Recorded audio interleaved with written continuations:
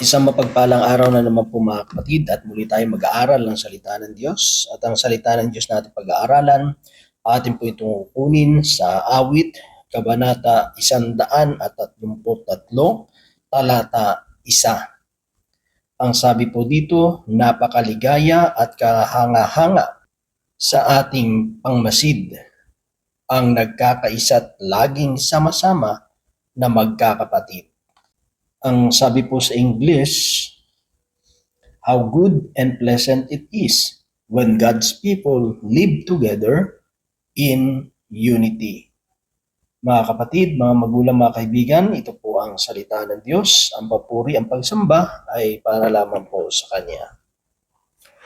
Itong ating binasa, ito ay pamilyar tayo na account sa Bible, lalo na kapag ang bawat mananampalataya, ang bawat magkakapatid sa Panginoon ay nagkakatipon sa isang hangarin, sa isang motibo. Yung magkasama-sama, ang bawat mananampalataya sa presensya ng Diyos. At yun ang nagbibigay din sa atin ng kalakasan, katatagan, kasiyahan. Minsan kahit pagod tayo sa buong linggo ng pagtatrabaho, pero kapag dumarating yung oras at panahon na kung saan ay may pagkakatipon ang bawat mananampalataya, nandoon yung galak, nandoon yung namimiss natin yung bawat isa. Yung katuwaan na muli na magkita-kita ang bawat magkakapatid sa Panginoon. At excited tayo na muli nating maranasan, madama yung presensya ng Diyos.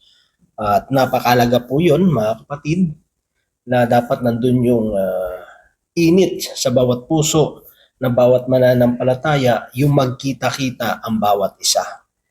Kaya nga minsan may kita mo na kapag nagkikita yung mga magkakapatid, talagang nagkwekwentuhan, hindi maputol yung kwentuhan, kahit nga minsan tapos na yung prayer meeting, no, yung gawain ng Diyos ay patuloy pa rin na talagang ayaw matapos yung pagsasama, na parang ayaw maghiwalay, di ba? Kasi nararamdaman mo na kabahagi ka talaga, you belong doon sa pamilya ng Diyos.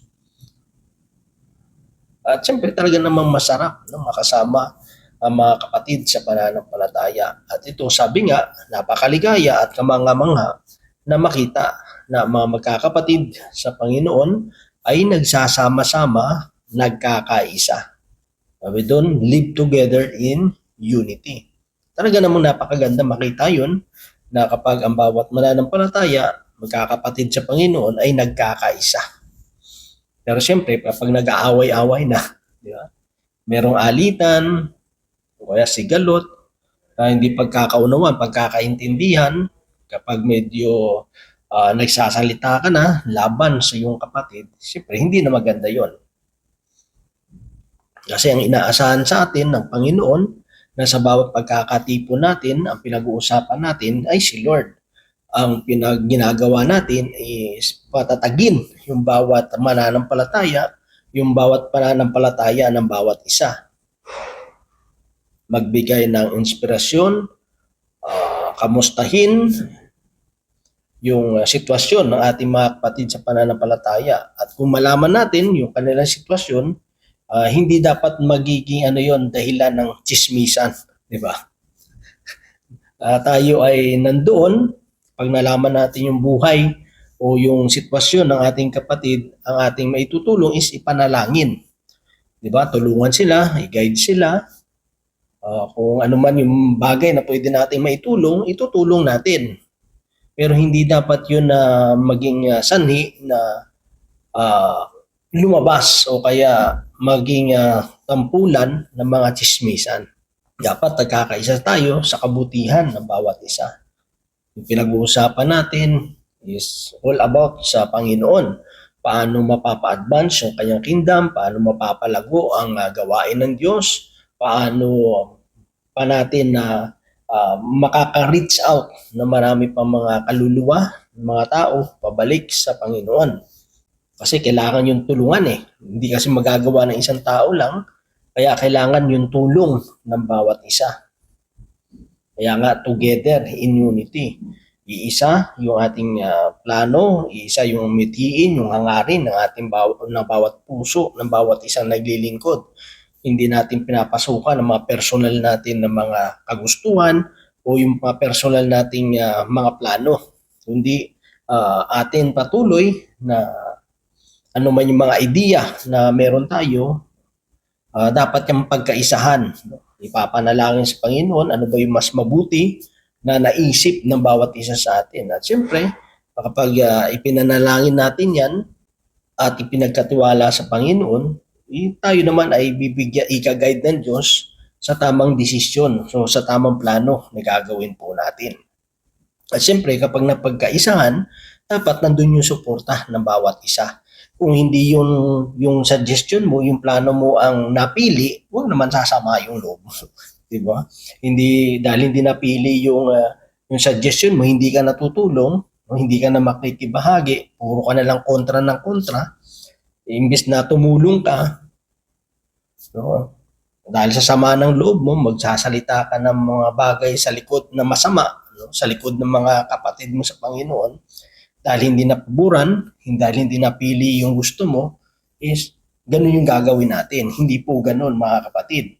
Sa paglilingkod sa Panginoon, out yung ating mga personal na mga motibo.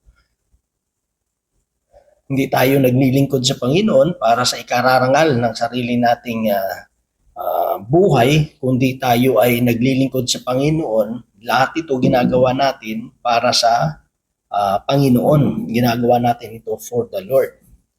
At kung hindi mapili, kunyari, masuggest natin, huwag sasama talaga yung loob natin. At kung napili naman yung suggestion natin, magpakumbaba naman tayo. Huwag naman yung parang dahil napili yung plano mo, yung suggestion mo is parang angat ka naman din sa iba. No? May mga danger din po yan. May mga tao minsan ganoon, di ba? Pag medyo na-acknowledge na, minsan umiiba na rin yung tono.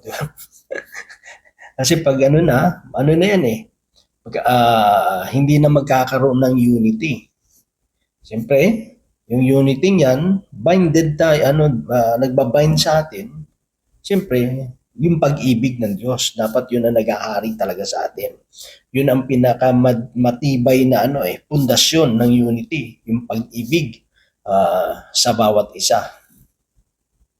Kasi pag wala yung pag-ibig, lalo na yung pag-ibig na nagmumula sa Panginoon, diyan na lalabas yung mga hidwaan eh.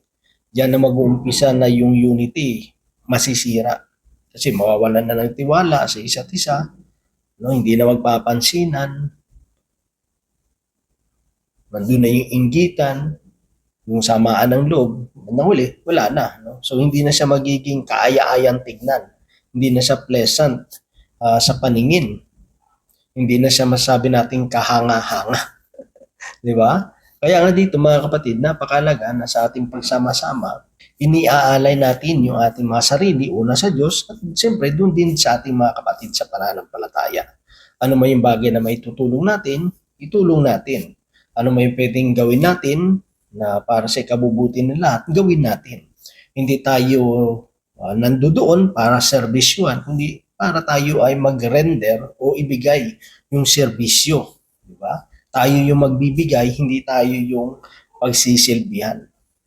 Napakaganda na makita na bawat mananampalataya, magkakapatid ay sama-samang nagpupuri. Nag-aaral ng salita ng Diyos, umaawit sa Panginoon, sama-samang nananalangin, pinapanalangin ang bawat isa't isa, at nagiging daan ng kapayapaan o ng pagkakasundo-sundo ng bawat isang magkakapatid. Sa pamamagitan yon, patuloy na tatatag yung relasyon ng bawat isa po sa atin, tatatag yung mga pagsasama ng bawat isa, at sa pamamagitan yon, mas marami yung magagawa natin. At sa pamamagitan yon, mga kapatid, mas lalong napapapurihan ang ating Panginoon. At dahil sa pagtutulungan yon, marami rin ang madadala ng bawat isa sa paanan ng Panginoon. No? Yung mga taong walang relasyon pa sa Panginoon, yung mga lost soul ay may babalik. Tayo ay gagamitin ng Panginoon na pagkaisahin itong mga taong ito pabalik sa Panginoon. Kasi kung tayo mismo sa loob ay hindi nagkakaisa, mas mahihirapan tayo na pag-isahin din yung mga sirang mga relasyon na wala pang relasyon sa Diyos. Kasi bago natin ayusin yung gulo sa labas, dapat doon mismo sa loob ng tahanan o ng inyong samahan, doon dapat unahing ayusin. Diba? Pag naayos na, matatag na yung pagsasama, ano natin yan madadala natin. Magiging inspirasyon yung pagsasamahan natin. Kasi nga marami ring nabibless na kapag nakikita nila, ay ang ganda pala ng grupo nyo, no? Kasi nakikita namin yung pagtutulungan, di ba? Ang saya-saya yung tignan. Diba? Nakaka-encourage yun, nakaka-inspire yun sa ibang mga tao. At isa rin yung way na para madala natin, mahatak natin sila sa pananampalataya natin sa Panginoon. So yun lamang mga kapatid, at nawa ang Diyos patuloy magpala sa bawat isa sa atin. God bless po sa ating lahat.